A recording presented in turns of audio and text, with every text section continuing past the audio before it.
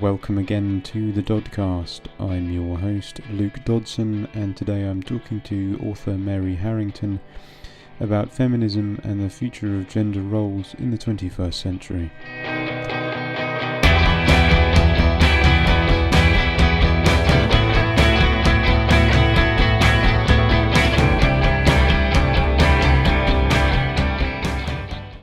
Thanks for joining me today, Mary. I was reading your work. I've been following your work for a little while now, and there's a number of points that our interests intersect. In particular, your views on progress and the end of off is a topic that comes up quite frequently in my work and the guests that I have on. So I'd like to touch on that today as well. But what I'm interested to start off with is your take on feminism and gender issues and how your life experiences have informed those takes. Yeah, I think all of our personal biographies help to inform how we got to wherever it is that we get to. And I'm obviously no exception. I suppose I reached my 20s as a radical leftist of sorts, and pretty implacably opposed to the idea of hierarchies or sex differences or differences really of any kind. I wanted all of us to be able to kind of self-create in some kind of protean fashion. Or at least by the time I left university, having been exposed to postmodernism, that was the dream. I mean, this is the noughties. This is before woke 2.0, really, and before really the internet and social media became the thing that it did. So mostly, I mean, the majority of the academy was still believed in reality, and still kind of, the arguments over the canon weren't quite as bitter as they were then as they are now. And, everybody still thought that culture was a thing for the most part. But I came out of university with, I suppose, as an early adopter of the sort of postmodern psychosis that I see just being pretty much a kind of endemic condition of people in their 20s now. Having sort of internalized this totally kind of reality shifting revelation that kind of is inflicted on you as a consequence of reading post deconstructionist writers, where you come out with this sort of dizzying feeling of there being no ground. There's no reality. There are only sort of shifting systems of power and semiotics, and in a sense everything is discursively constructed, and that's the sort of top line takeaway. And it's all very well to kind of treat that as a sort of academic game, but it's not. It triggers, or at least it did for me, and it triggered a sort of existential crisis for me. I found it acutely painful just to be walking through the architecture in Oxford city centre, because I would almost physically in my own person experience the architecture as a sort of phallic force pressing on me from all directions. I actually have a huge amount of sympathy with all of these people who experience academia and the weight of tradition as in a sense as an act of violence on them, as a sort of invasive force. And find that deeply distressing just on an everyday basis, and find it difficult to kind of maintain a sense of themselves. And because I've been there, I was that soldier. It's horrible. It's a deeply sort of disorienting and it's very incredibly sort of decentering, disturbing experience. But I suppose I spent the next 10 years or so kind of integrating that experience and trying to find a way of functioning. Just trying to find a way of functioning. I think I can end the sentence there. And in the course of doing that, I suppose I followed the kind of anti-egalitarian, anti-hierarchical sort of self-creating thing, perhaps as far as it felt plausible to follow it. I tried living various kinds of communes. I experimented with various forms of, self-created identity. I was very, very, very much a part of the nascent female to male sort of, trans and genderqueer scene in London, as it then was in the very early days of social media. I was there. And I got to the end of it, realizing, having come to the conclusion, through a series of experiments in living, that all of those things I was trying to get away from are just not get awayable from. They follow you. Hierarchy follows you, even into the most radically egalitarian efforts at living. And actually, our sex bodies follow us. No matter how hard we try to escape them, there are certain things you're just stuck with. And it makes life an awful lot easier if you just stop arguing, and try and accept that there are, to an extent, we are just a given. There are certain things that you just landed with, whether you like them or not. Whether that's who your parents are or what shape your body is, or the givens of your existence. And life is an awful lot easier if you sort of accept that and try and find a way of being that accommodates that.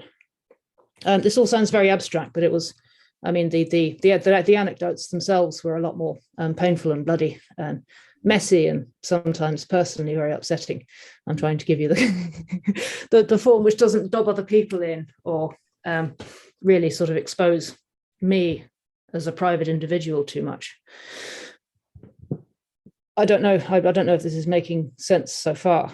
I'm following. This is interesting. I think it's really important to have voices like yours at the moment, because there are so many people now. We've both been through the university experience. I studied literature as well, about 12 years ago or so, and managed to sort of dodge the postmodernist bullet, but I engaged in my own various forms of self-destructive behavior, particularly in the form of overuse of drugs and psychedelics. So that took some years to kind of find my ground back from that. But I think it is really important, because there are so many younger people now, as you've written about, particularly in your column for Unheard magazine, focusing on contemporary gender issues, they are deeply, deeply confused and deeply unhappy, and becoming absorbed into, as you put it, the woke 2.0 ideology. So having experiences, someone who's been through that and come out the other side, and come out with a pretty nuanced perspective on it all, is really really needed right now, I think. Well, I dare say that there are plenty within that community who don't particularly want to hear anything I have to say, and will do their best to smear me as this, that, or the other. But yeah. I'm afraid that's just a function of the internet as it is these days. There isn't really a centre ground anymore. There are only competing narratives. In that sense, it's sort of reified. Exactly the kind of Hobbesian postmodernism war of narratives. Yeah. That was sort of theoretical. It was a theoretical topic of academic conversation in the early noughties, but it's actually just how we do politics now. It's just all there in the internet in an increasingly horrifying way. I think the difficulty with leaning into the whole, radical self, this idea that, radical self-creation is the way forward, is that in fact it paradoxically has the effect of making you ever more dependent on recognition by the other. In a sense, the more totally I expect to be able to define myself, whether it's down to my pronouns or my appearance or my self-declared gender, or you name it, any other facet of my identity, the more completely I expect to have that under my control, the more completely I depend on some other structure, whether that's another person or some sort of institutional structure, to recognize that, to validate me. In a sense, if I want to break free of the givens, of ascriptive identities, voices from the world that say you're a this or you're a that, or because you were born in location X, then you're a Y. The more I want to be free of ascriptive identities, the more dependent I am on recognition by other people or institutional structures to validate whatever it is that I've come up with for myself. So in a sense, it doesn't actually liberate people at all.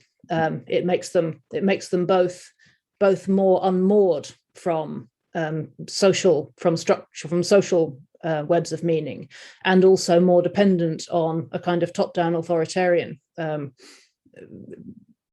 source of validation.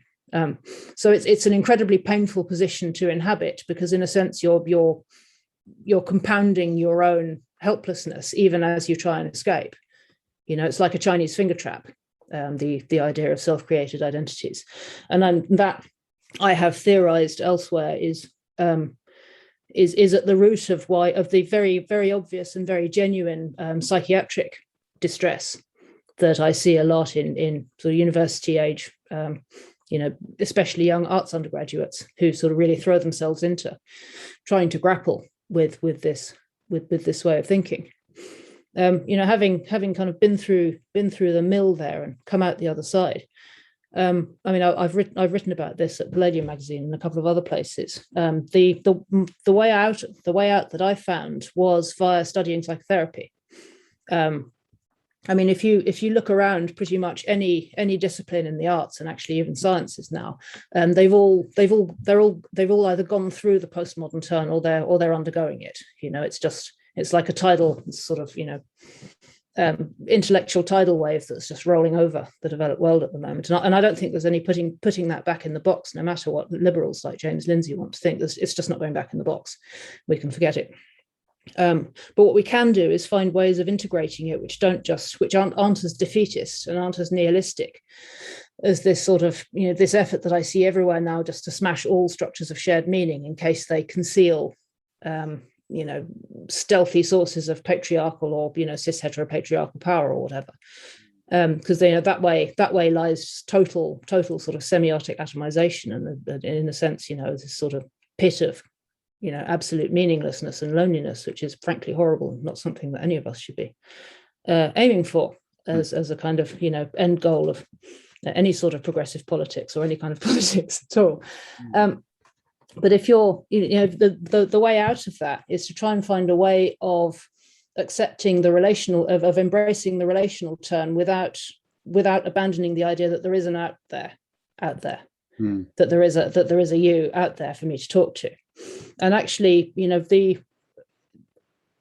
I found studying psychotherapy and getting to grips with the relational turn in psychotherapy immensely helpful on that front, because pretty much by definition, psychotherapy can't really give up on the possibility that there's a you out there for me to engage with. What would even be the point of doing it if we didn't at some level believe that it was possible to have an authentic encounter with the other that was transformative in a positive way? So you can't just be nihilistic about the fact that we're all oppressive agents of this or that, acting on one another. In a sense, you sort of have to believe that it's possible to have a positively transformative encounter with the other. So psychotherapy, unlike academic critical studies of various sorts, has been much more constructive in its ways of thinking through the relational turn.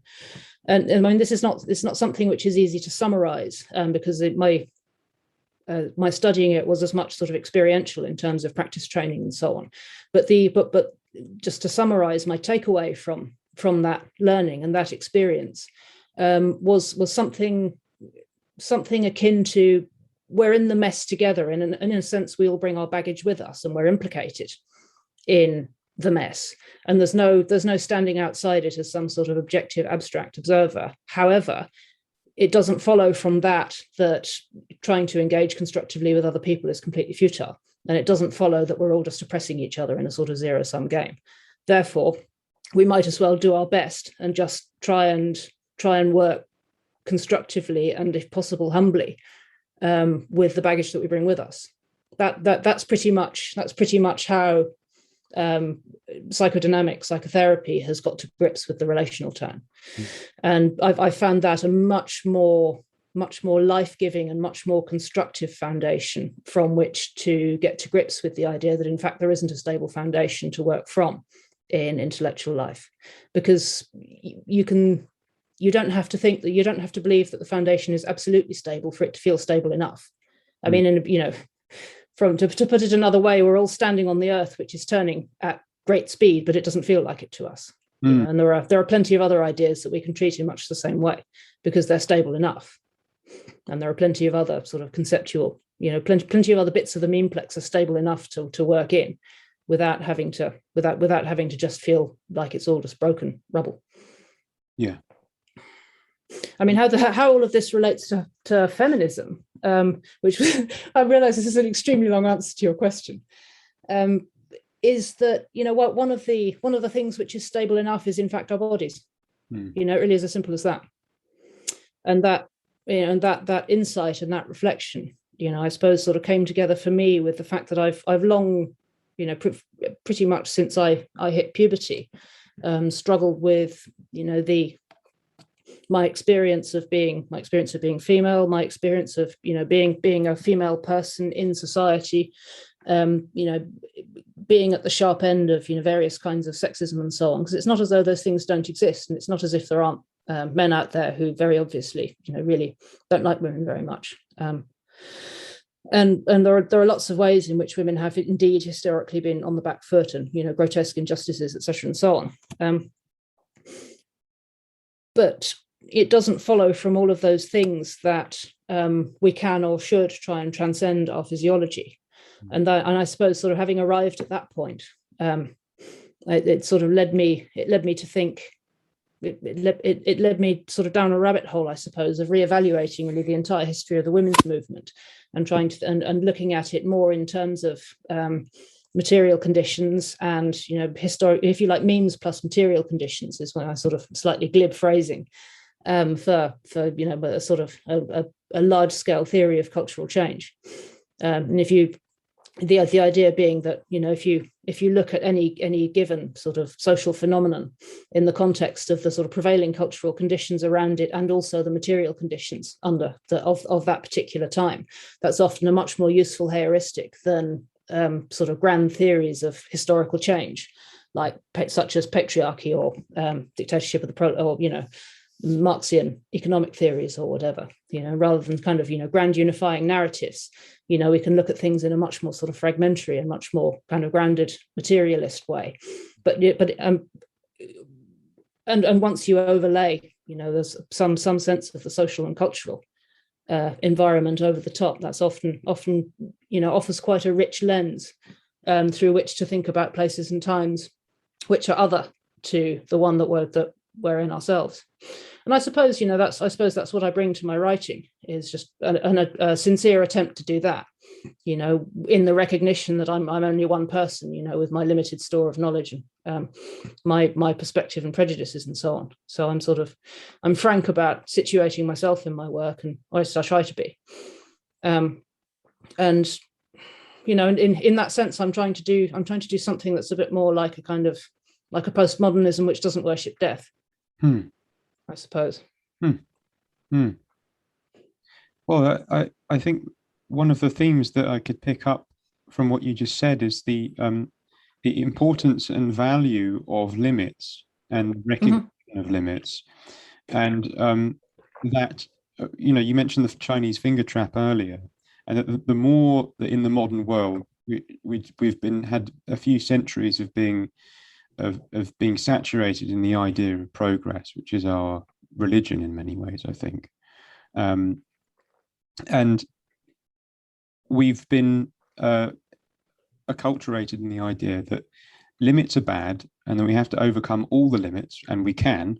It's feasible and desirable to overcome all the limits, and that the more we try to do so, the more we come up against these hard limits of reality, as you mentioned, the material limits of reality. I think that's absolutely right. And one of the themes that I mean, this is actually an argument which I probably need to write out or spell out in more explicitly, because it's one that'll annoy everybody in different ways, is the overlap I see between the exhaustion of that worldview where it comes to physiological sex, you know, the exhaustion of the idea that we can transcend our sexed bodies and become individuals completely unmoored from the givens of our biology, And in parallel with that, the exhaustion of our ability to transcend the limits of the world we live in.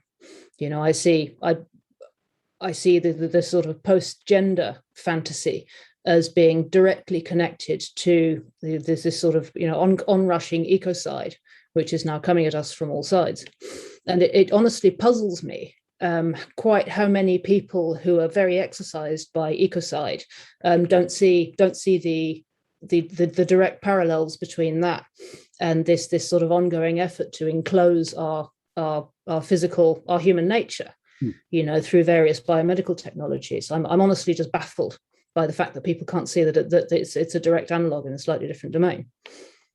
And in a sense, you know, we've moved on to trying to enclose human nature because we've pretty much enclosed all of the planet that there is. We've strip mined that, so we're moving on to strip mining the human body instead.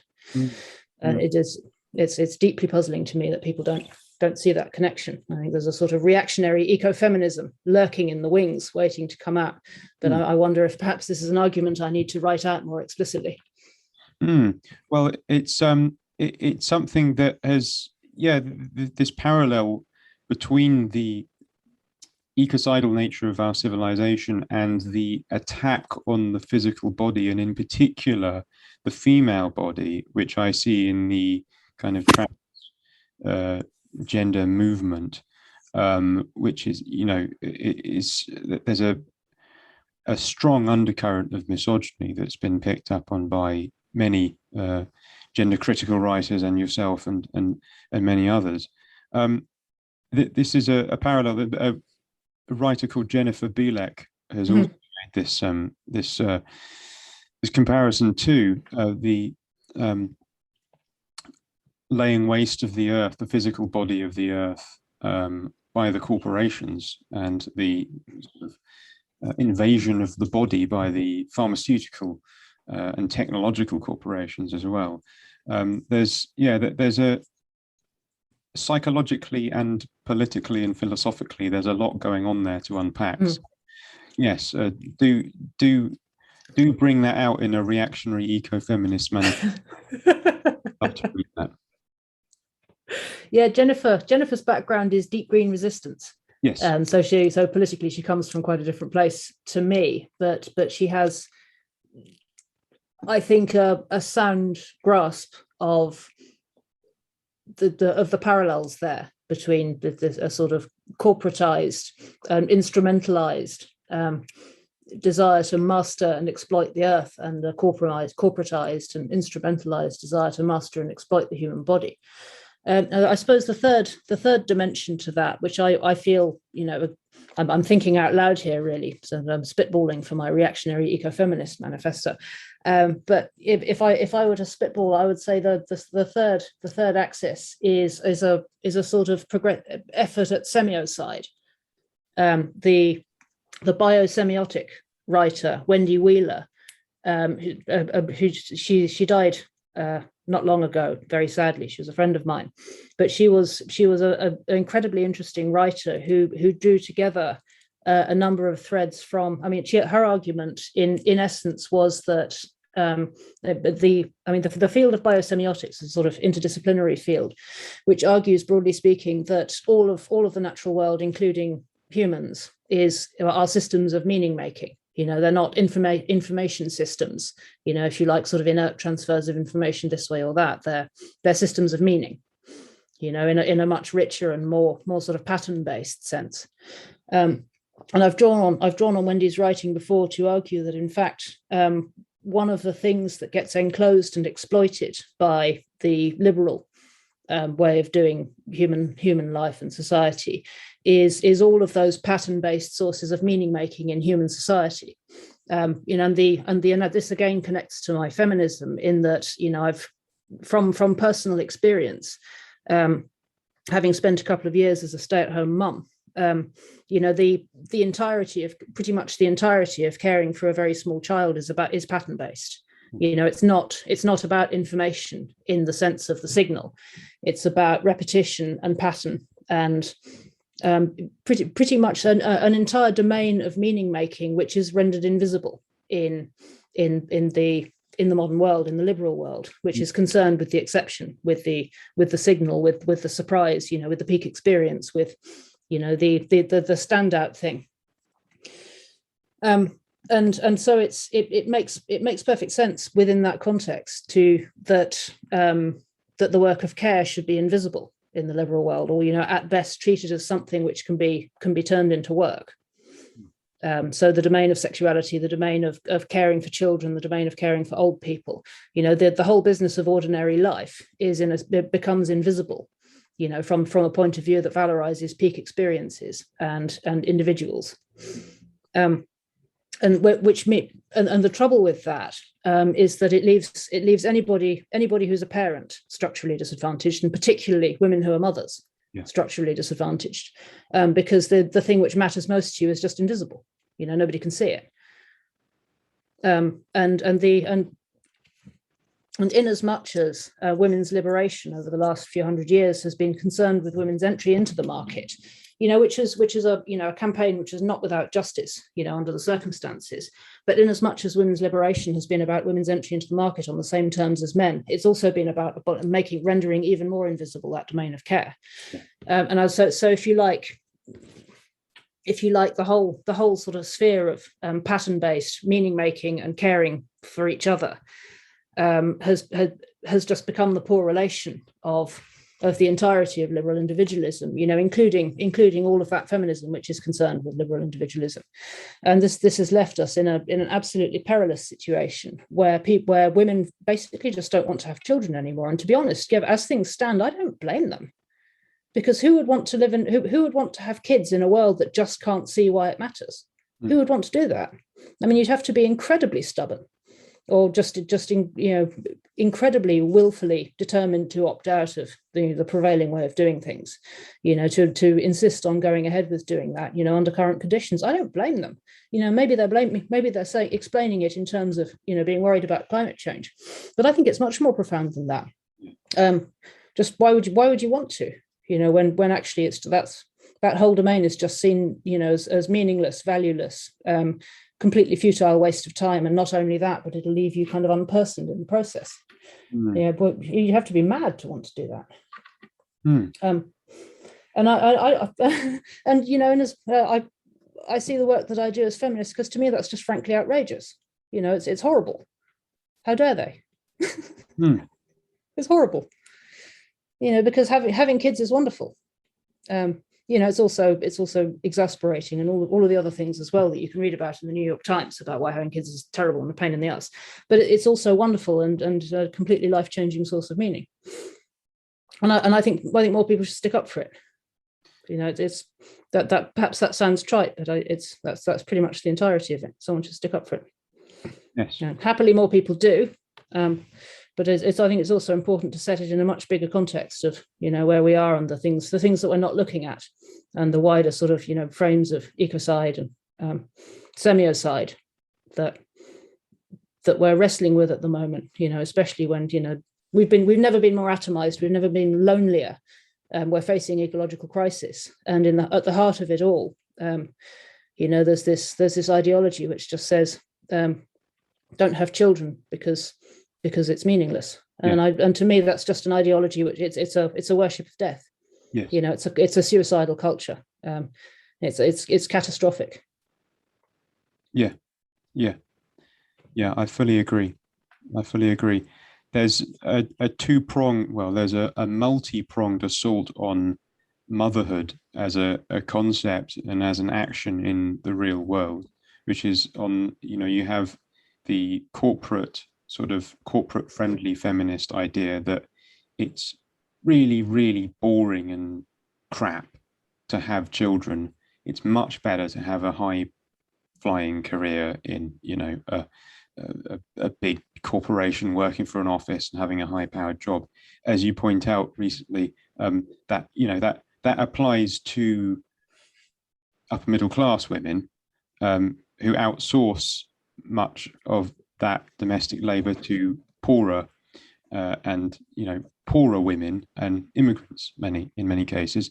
So you've got this aspect of it, and I think Jacques Ellul made the point that the technological society we live in, his view is that it has developed its own intentionality, in a sense, that technology is changing society for its own ends. Also, something that when my grandmother noticed this trend of in the post-war era, she was, she had a fairly radical background. Her father was the writer J.B. Priestley. So she was, she was very much would have grown up in an environment immersed in sort of the progressive politics of the day. But when she saw the changes happening in the workforce and the ideas of bringing women into the workforce, she said, well, this is just a way of bolstering the number of employees and paying them less, isn't it? And she wasn't at all some sort of constructed stereotype of a 1950s woman that this contemporary trad wife movement seems to sort of has concocted out of thin air, this sort of like weird kind of fetishistic idea of what being a 1950s wife was. She wasn't. That's why I find it so amusing and kind of baffling, is that have any of these people actually met anyone from that era? Because none of it doesn't really match up to my experiences of any of my grandparents. Maybe these people are just a bit too young to have known anyone from that time. But in any case, that was something that she picked up on as well. But on the other side of it, you have something deeper that you pick up on, which is the collapse of meaning and the collapse of hope and the collapse of the sense of that it's valuable and important to even be a human and to make more humans, because everything is so just gloomy and hopeless. And that's a really, really tragic place to be. People say that my outlook is doomer and kind of, bleak, but I have a great deal of hope for the future. I think there's always hope for meaning and joy and beauty in the world. It's just as you said in your interview with the trigonometry guys, it's not just that everything's continuously getting better on an unending line it stretches off into the horizon, into the Star Trek wonderland, and then eventually we're all programmed into a computer chip and just whatever the transhumanist fiction has turned into these days. So yeah, there was a lot that I just covered in that, so I'm not quite sure where to end that point. But anyway, there is something really profound going on with people today. If they see the family as being such an oppressive thing to continue, that the human line as being a doomed enterprise, as it were. Yeah, I think one of the difficulties is knowing quite where to go from where we've got to. I see, like, it's my observation. I mean, I don't really have a dog in the fight when it comes to family formation now, because I've been married for nearly 10 years and I have my family and I'm sort of okay. So, perhaps it's not really even for me to speak about these things, but, I can only talk about what my observations are, in conversation with younger friends who are really kind of at the sharp end of all of this. And, if I see three main sort of classes of response. The trads and the cads and the radfens. And the trads sort of want to put the whole second wave feminism and sexual revolution back in its box and go back to some sort of imagined paradise when you had a stay-at-home mum and a breadwinning dad and everything was peachy. I mean, if you actually look at the period from sort of 1800 to maybe 1940, where that was more the norm than not, everything wasn't peachy. History carried on happening, on quite sort of significant scale, at some points which I think everybody's going to be familiar with. And it wasn't even the case that one sex all worked and the other sex didn't. I mean, my grandmother was a doctor. Your grandmother, was doing whatever it was she was doing. It's not. And in any case, we can't go back, because that world just doesn't exist anymore. That economy doesn't exist anymore. I think it has nothing to offer. Maybe if you're lucky enough to be in a married couple where one of you is earning enough to support a non-working carer of small children, maybe, but that's a very small minority of 20-somethings now, and it's pure fantasy fiction for most 20-somethings. Many of whom are struggling to make rent, let alone support a stay-at-home parent. So being a trad doesn't really have anything. It's fantasy fiction. It's a sort of it's more a sort of gesture of nostalgia than it is a meaningful political platform in most cases. And I'd sort of add to that the fact that trad wives aren't really trad enough. And I mean, my proposal, in response to the fact that this is fantasy fiction and it's not really a world that we can go back to, is to point out that actually for most of human history, that wasn't even the way things worked. It was only really with the beginning of industrialization that this very sharp split emerged between sex roles. And prior to that, most ordinary people worked together. Most ordinary couples, families, everybody worked to the extent of their ability. In an agrarian home, the men would be more engaged with producing raw materials, and the women would be more engaged with processing them. But it's not as though anybody sat around twiddling their thumbs. There was too much work to do. Yeah. But that sort of productive household economic model pretty much went out the window with the Industrial Revolution. Instead, instead people were pretty much compelled to split the work of family life between somebody who looked after dependent children and somebody who went and earned money. And the further down the economic scale you go, the more messy that got. Once you got down to sort of waged factory workers, sometimes there'd be nobody basically to look after dependent children, or they'd have to come to work, or but a lot of early industrial regulatory disputes are actually about trying to bring in regulations that actually make space for caring for dependent children, when in fact everybody's now obliged to work in factories and there's nobody to look after the babies anymore. And this is a buried strand of feminism which we don't hear about so much, in all the celebration of women entering the workplace. Anyway, before I digress. So much for trads.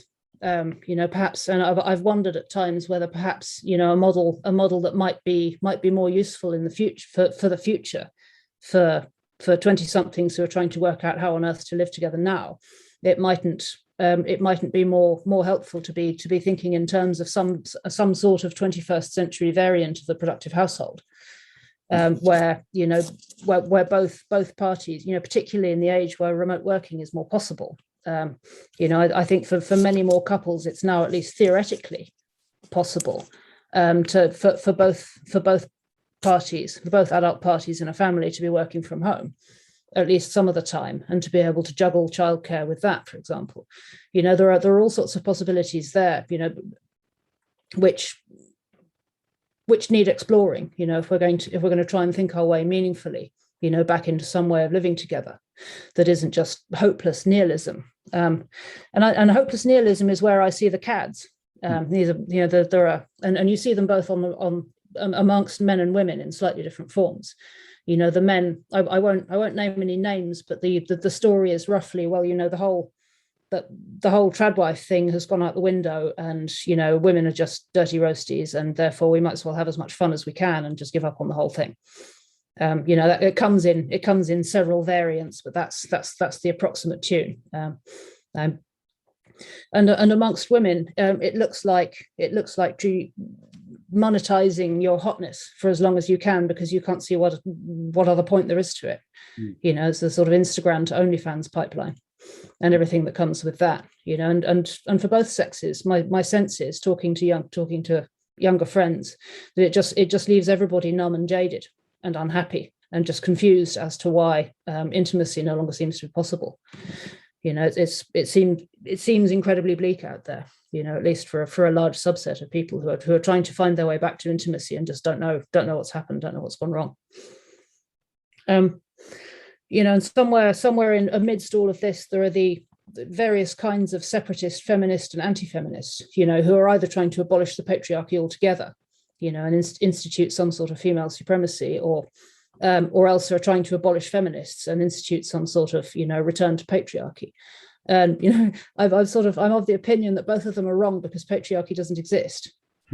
It's not a thing. I don't believe in it any more than I believe in progress. It's one of these sort of woo-woo stories we've told ourselves to make sense of a bunch of phenomena which do exist, but the story itself is a story. And that what's actually behind the story is something more like, an emergent set of conditions, based on memes, and an emergent set of phenomena based on memes and material conditions. Some of which work better than others, and some of which are kinder than others. But it's not some sort of global transhistorical conspiracy. That just makes no sense to me. So you're trying either to institute or abolish it makes no sense to me. It's a futile project that just makes the other sex angry. Yes. So those are the sort of three main responses to this kind of interpersonal mess that we seem to have got ourselves into. I don't think any of them work. I think we need to find other ways back to some form of interpersonal solidarity across the sexes. We need to find a new way for men and women to live together. I'm always interested to hear from people who are much more at the sharp end of trying to figure out how to do that. Because, as I said, I'm a bit further into middle age, and I'm sort of all right, but lots of people really aren't. And it's always really interesting to hear from people who are just trying to get to grips with that on the ground. Yeah. Well, you wrote something in your article on reactionary feminism, which I'd like to kind of unpack. This really interesting quote. You say, whereas radical feminists tend to see patriarchy as akin to a mass conspiracy to oppress women, I've come to see it as the aggregate result of historical human efforts to balance the conflicting interests of the two sexes. This is a really interesting quote. I'd love to hear more about your take on that. I'll have to weigh my words carefully here, because it's this is extremely volatile territory. Yeah. The first thing I would want to say in this context is that there are plenty of social norms as regards how the sexes should behave relative to one another, which at different times and in different places produce genuine injustices. That should not be in dispute. When I look at the women in Afghanistan, where the immensely high rates of death in childbirth, or I look at sex selective abortion in countries where that ordinarily happens, or I look at mass rapes, or any you name it. It's not as though the world is short of horror stories on the abuse of women. Under what I seem airily to have dismissed there as emergent efforts to balance the conflicting interests of the sexes. But having said, with that enormous great caveat, a lot of what in the modern world gets dismissed, sometimes sneeringly, as patriarchal, looks to me much more like like it has at least a positive intended outcome, even if it doesn't always have a positive outcome in practice. So, for example, just to take a very trivial example, if a man holds a door open for me, I could see that as condescending, or I could see it as a sort of formal, a ritualized gesture towards acknowledging that males are normatively, physiologically stronger and more aggressive than females.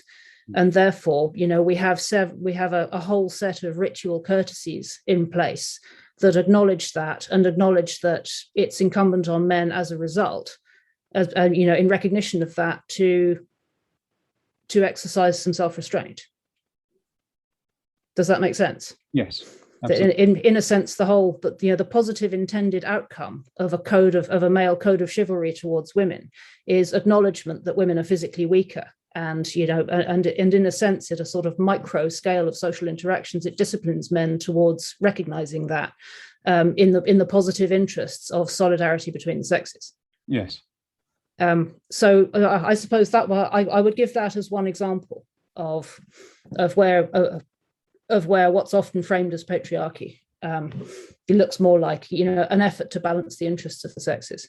And I'm sure there are times when it can, certainly there have been times where, what's intended as chivalry comes across as just condescension. I've been on the receiving end of that, and if I'm ever tempted to bite somebody's head off for it, I try and remind myself that, in fact, more often than not, it's people mean well, and it's better to try and take it that way.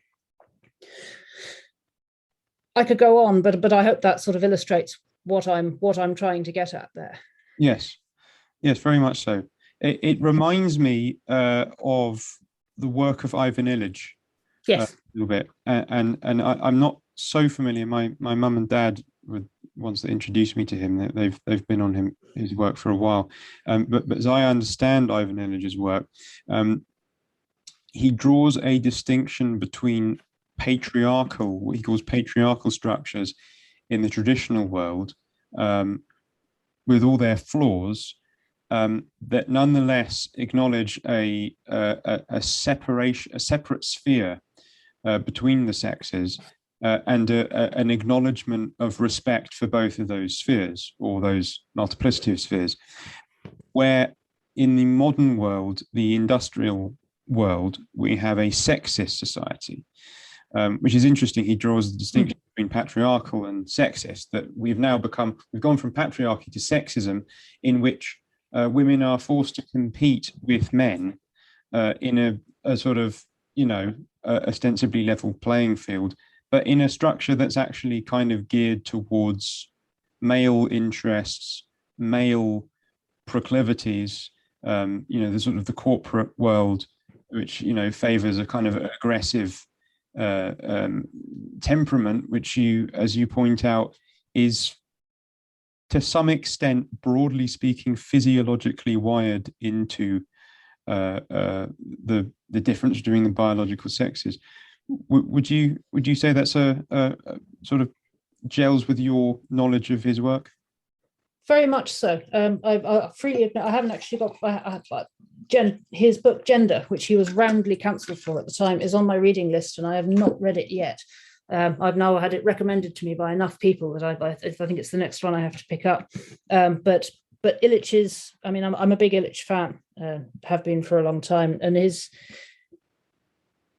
distinction there between, if you like, a sort of embedded, ritualized set of recognitions of sex asymmetry, which is really what we're talking about, and it's perfectly possible to hold at the same time both the idea that humans are equal in dignity and in personhood, and also the idea that we're asymmetrical in terms of physiology and in some of our preferences. It shouldn't be beyond the wit of man to hold both of those things in mind at the same time.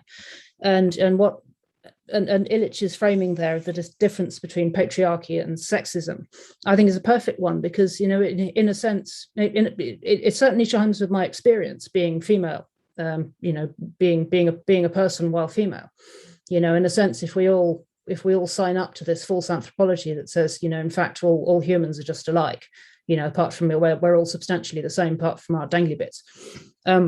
What you find in practice, while personing while female, is that that's just not true. It's just not true, and it becomes ever less true the further you go into adult life as a woman, especially once you have children. I think the second piece I ever wrote for Unheard was about how motherhood killed off my liberalism, because I discovered that there are whole ways of being that are necessary, in order to function as a mum, which are just unintelligible, from the point of view of kind of atomized individualism. The experience of being more than one but less than two that comes with pregnancy it's impossible to describe in individualistic terms. And this is why the debates around the rightness or legality of abortion just run into trouble in liberal terms, because people just don't know how to have that conversation except in terms of personhood, where it just doesn't make sense. It doesn't compute. And there are whole swathes of experience like that. The very sort of uncanny forms of communication between you and your baby. Experiences of waking up moments before your child wakes up hungry, even though they're in another room. I have friends who've experienced milk letdown, even though their breastfeeding child was several miles away. There are kinds of interconnection which just don't compute from the point of view of an atomized individual. And if you, the moment as a woman or as a mother, you sign up to that whole rubric of atomized individuals, it's like you're cutting off one of your own senses, and you're trying to do whole reams of ordinary human life with one hand tied behind your back.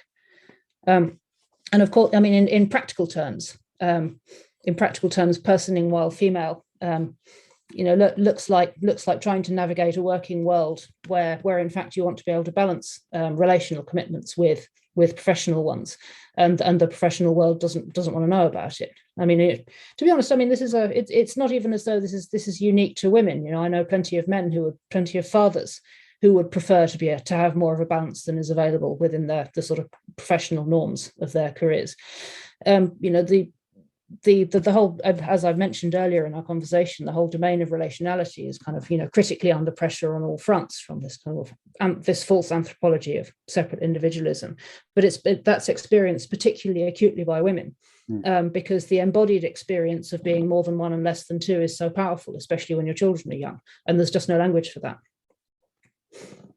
And I think, when we talk, going back to your distinction between patriarchy and sexism, in the way you've framed it, a sort of a set of social codes which recognize sex asymmetry, do at least honor and give some space to the possibility that there are modes of being which are specific to being female, particularly, and that are specific to personing whilst female, and that perhaps it's incumbent on all of us as a community to try and make space for that in terms of our norms.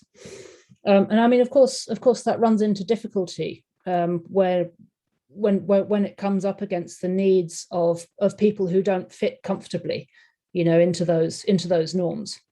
Whether that's people who experience same-sex romantic attraction, or indeed people who women who are just naturally more masculine in their tastes and interests.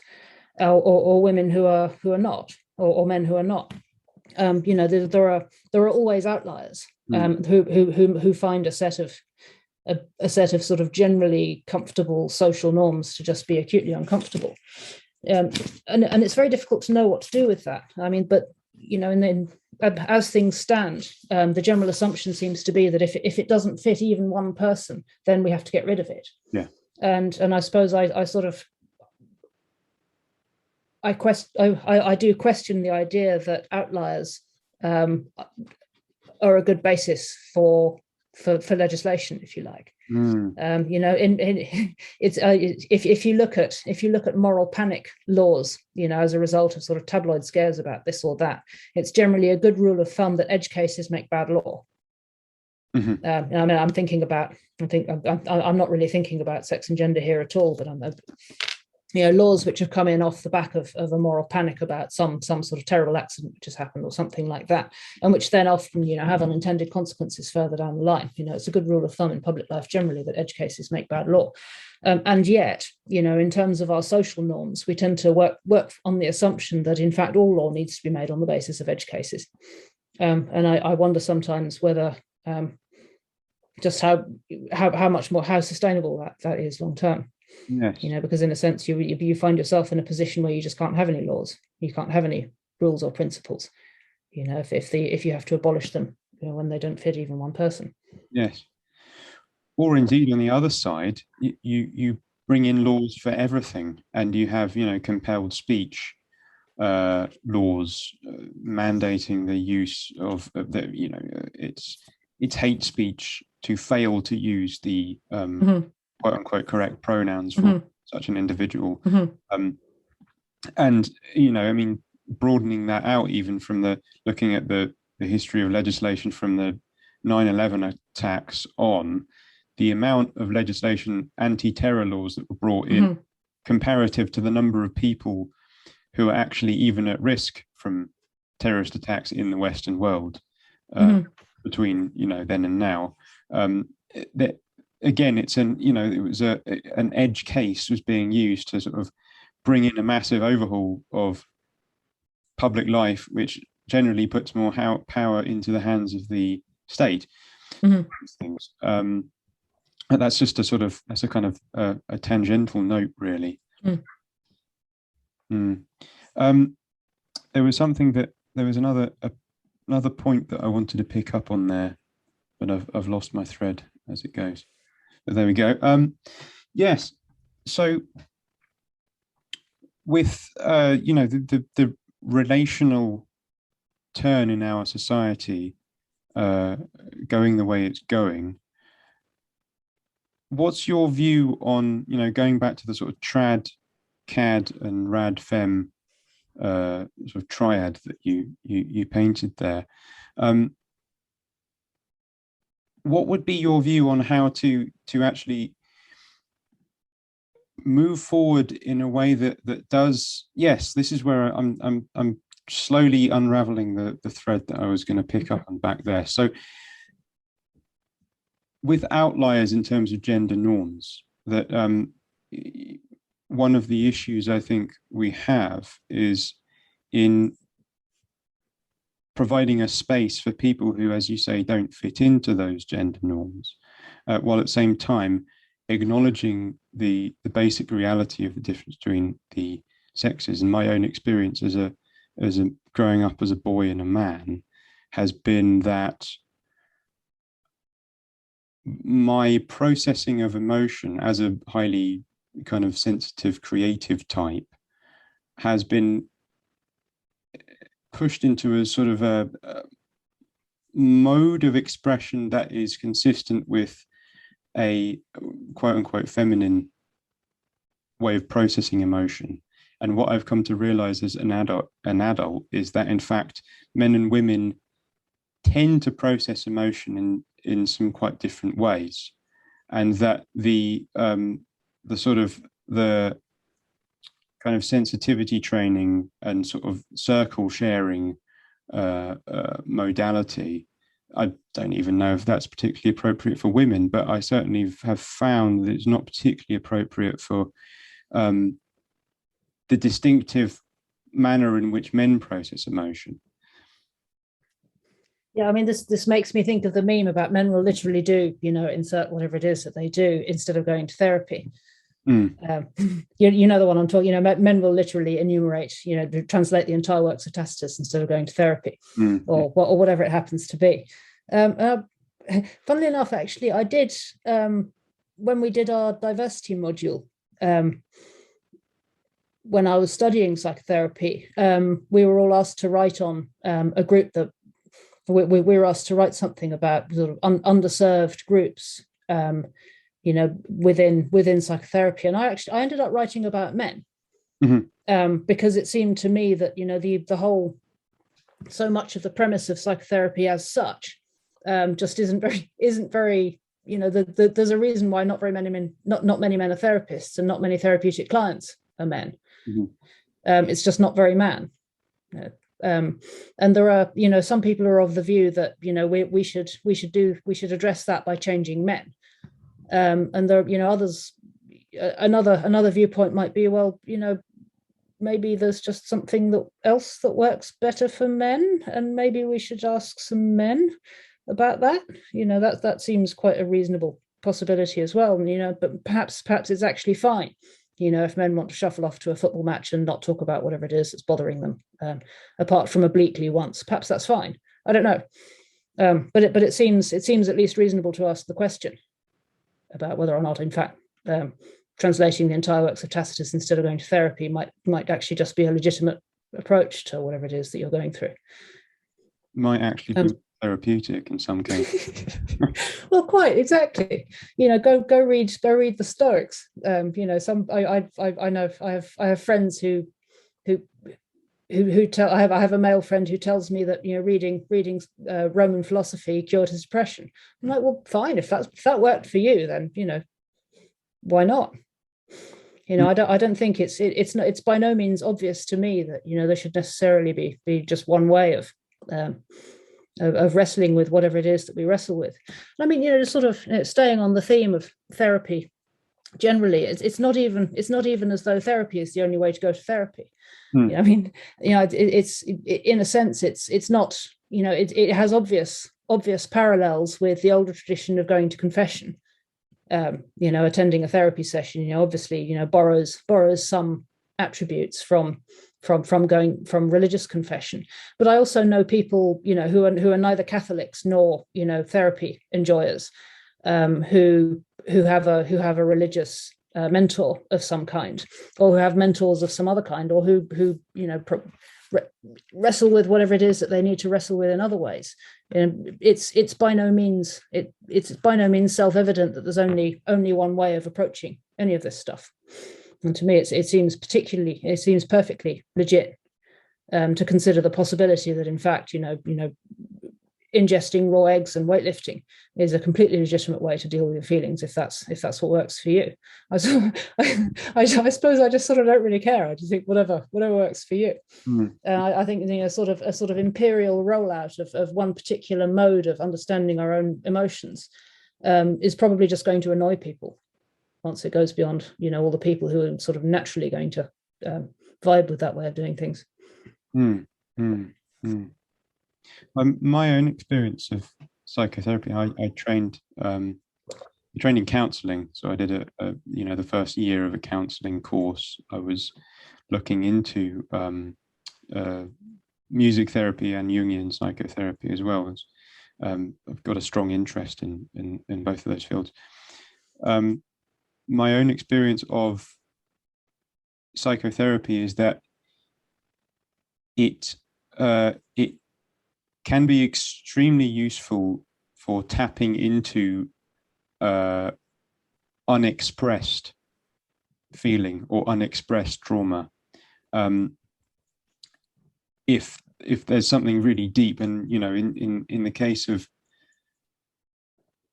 certain people who may have repressed a lot of that, that kind of talk therapy might be quite useful. In the case of myself, I found it to be a lot of the time just kind of, a lot of my experiences of psychotherapy have involved me sort of going around in circles until such a time as I realized, actually, I can do this on my own. And then it's kind of, the sort of leaving the therapeutic relationship at that. It's an interesting one. And also it's interesting that you mentioned that I wasn't aware that most psychotherapists, or that there was a majority at least of psychotherapists, were women. Because obviously historically, we look back on it and it comes out of Sigmund Freud, Carl Jung, Alfred Adler. It seems to come out of a very male-dominated scene initially. Although Jung's students kind of fairly quickly that changed. But nowadays it seems, from what you're saying, that the majority of therapists and clients are women. Is that right? Off the top of my head, I mean, it's a while since I was there, but off the top of my head, the ratio was somewhere in the region of 8-1 or 10-1 women to men. Okay. On my training course, and that was just fairly standard. Yeah. I mean, it makes sense. It's a mode of healing that comes naturally to women. Yeah. And maybe not so much to men. Yeah. I mean, one of the things that I think it's been quite insightful for me is the observation that men bond with each other and process emotion in the act of facing up against a shared obstacle together. So building a wall or something. It always struck me that a therapeutic relationship would probably, a counselling relationship that men would find more comfortable would probably be much better if you were actually just gardening at the same time or something like that. Yes. If you had a garden where you could go and dig together and have the conversation whilst digging together for an hour, that would probably work a lot better than sitting in a small room with a box of tissues on the table. Yeah. But I don't know how workable that is at scale. But that's a thought that's crossed my mind on a few occasions. Yes, I mean, potentially for women as well, because I know that horticultural therapy is a I was about to say growing field, but I'm not going to go there. It's a expanding modality, and seems to have very good results. So perhaps women would benefit from that as well. I don't know. I think everybody would just benefit from being able to do more gardening. whether or not it's in the course of a therapeutic relationship. It's obvious to me that gardening is something that everybody should just do more of because it's good for the soul. It definitely is, yeah. So to wrap up, what would be your advice or thoughts that you would give to any young women growing up in today's strange and confusing world? What would those be? Oh, Christ.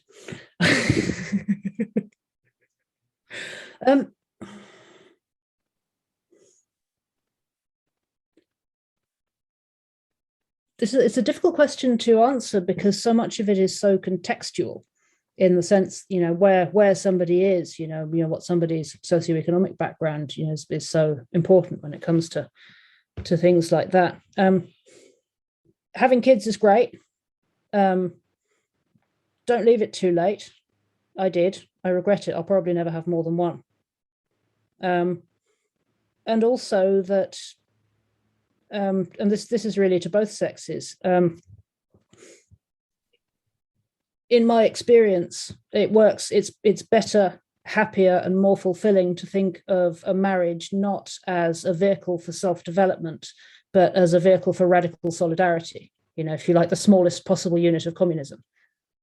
And that from that point of view, it's actually, and if you look at it like that, it's actually a phenomenally politically radical and phenomenally powerful form of institution.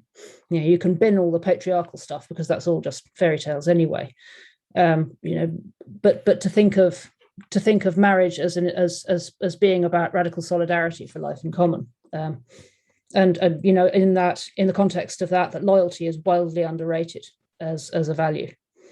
In a sense, it's all of liberalism is ordered against loyalty, loyalty for its own sake, and that if you want meaning in life, then loyalty is where you have to start. I don't know if that would be helpful to anybody, but that would probably be my sort of starters for 10. Excellent. Well, thank you very much for joining me, Mary. Thank you for having me. Your work online. I'm mostly a columnist at Unheard. You'll find me there, Mary Harrington, author/Mary Harrington, unheard.com. My website, where I sort of haphazardly collect bits of my writing that I do around the place, is reactionaryfeminist.com. And I have a Substack that I actually owe a post to it. I must go and write that when I sign off, which is reactionaryfeminist.substack.com, but you'll find that on my website.